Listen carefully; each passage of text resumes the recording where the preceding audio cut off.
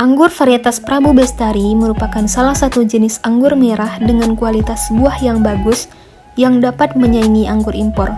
Kemudian Jestro AG86 merupakan salah satu jenis anggur hijau yang cocok dikembangkan untuk industri wine.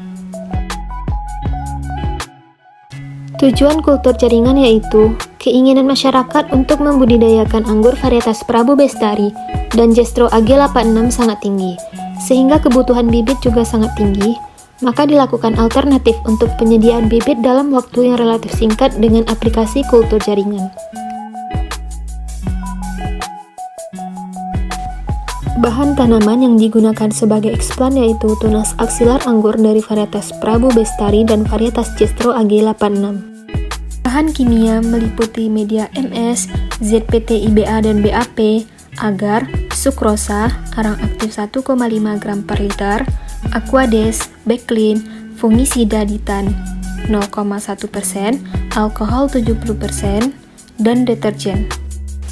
Alat yang digunakan yaitu botol kultur, bunsen, laminar airflow, petri dish, timbangan analitik, hand sprayer, beaker glass, Erlenmeyer, indikator universal, autoclave, pipet ukur, aluminium foil, kertas label, oven, lemari pendingin, rak kultur, dan peralatan diseksi.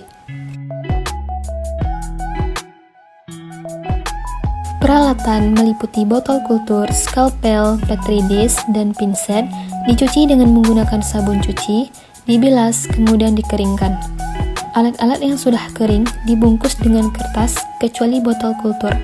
Semua alat disterilisasi dengan autoclave pada suhu 121 derajat Celcius dan tekanan 1,5 PSI selama 15 menit.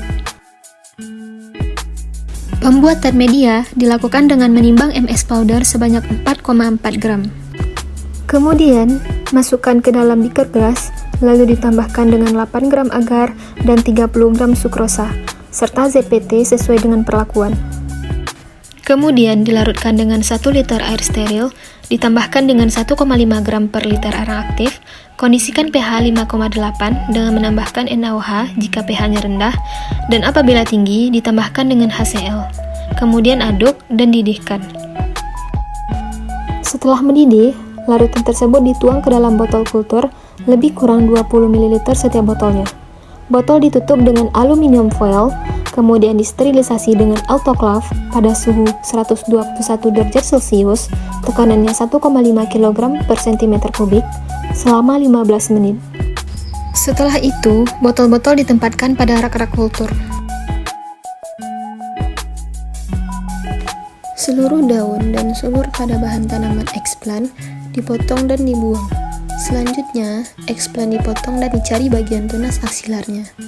Lalu, tunas direndam dengan alkohol 70% selama 30 detik. Kemudian dicuci dengan larutan deterjen selama 10 menit. Selanjutnya, eksplan dicuci dengan air mengalir selama 30 menit sebelum disterilisasi permukaan.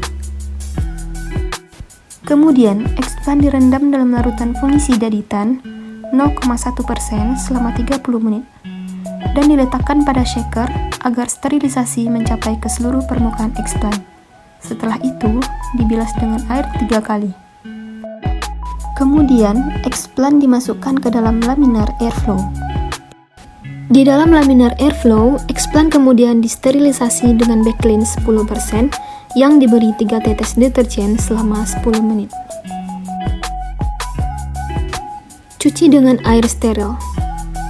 Rendam dengan backlin 5%, diberi 3 tetes deterjen selama 5 menit. Cuci dengan air steril kembali. Setelah itu, rendam dalam alkohol 70% selama 30 detik. Dan terakhir, eksplan dibilas dengan air steril 2 kali. Tunas yang disterilisasi ditanam pada media sesuai perlakuan.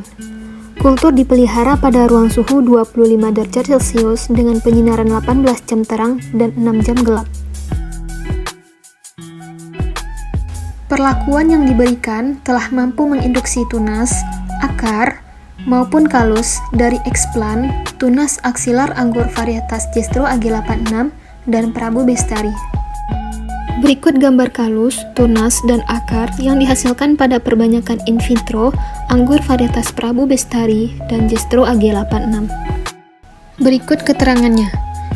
Gambar yang A, kalus itu berwarna putih kekuningan, kemudian yang B, kalusnya berwarna putih kehijauan, kemudian C dan D, kalusnya berwarna putih dan terjadi pembentukan akar, kemudian yang E, tunas yang dihasilkan dari eksplan tunas aksilar anggur varietas Jestro AG86 perlakuan umur 3 minggu, kemudian yang F, tunas yang dihasilkan dari eksplan tunas aksilar anggur varietas Prabu Bestari perlakuan umur 3 minggu, kemudian yang G, akar yang dihasilkan dari eksplan tunas aksilar anggur varietas Jestro AG86 perlakuan, kemudian yang H, akar yang dihasilkan dari eksplan tunas aksilar anggur varietas Prabu Bestari.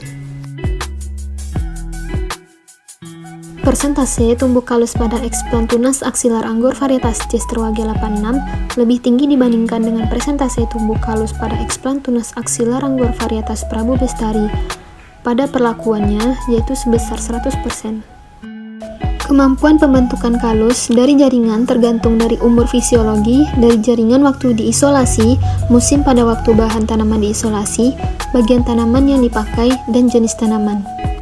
Ada 3 kalus yang terbentuk. Yang pertama adalah kalus kompak yang berwarna putih kekuningan, yang kedua kalus remah yang berwarna hijau yang lama-kelamaan menjadi warna putih, dan yang ketiga kalus yang telah terinisiasi membentuk akar.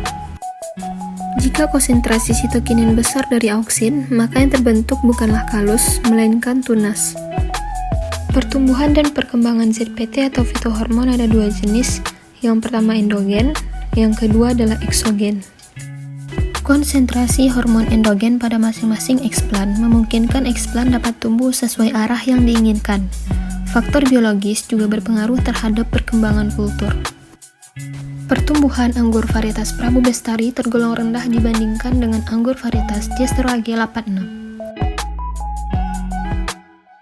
Media MS dengan penambahan BAP 1 mg per liter IBA dengan 2 mg per liter mampu menghasilkan persentase tumbuh kalus tertinggi pada eksplan tunas aksilar anggur varietas Jestro AG86, yaitu sebesar 100%. Penambahan 2 mg per liter BAP tanpa penambahan IBA mampu menghasilkan tunas tertinggi kedua varietas sebesar 60%. Persentase tumbuh akar pada eksplan tunas aksilar anggur varietas Jestro AG86 lebih tinggi daripada anggur varietas Prabu Bestari, yaitu sebesar 18%.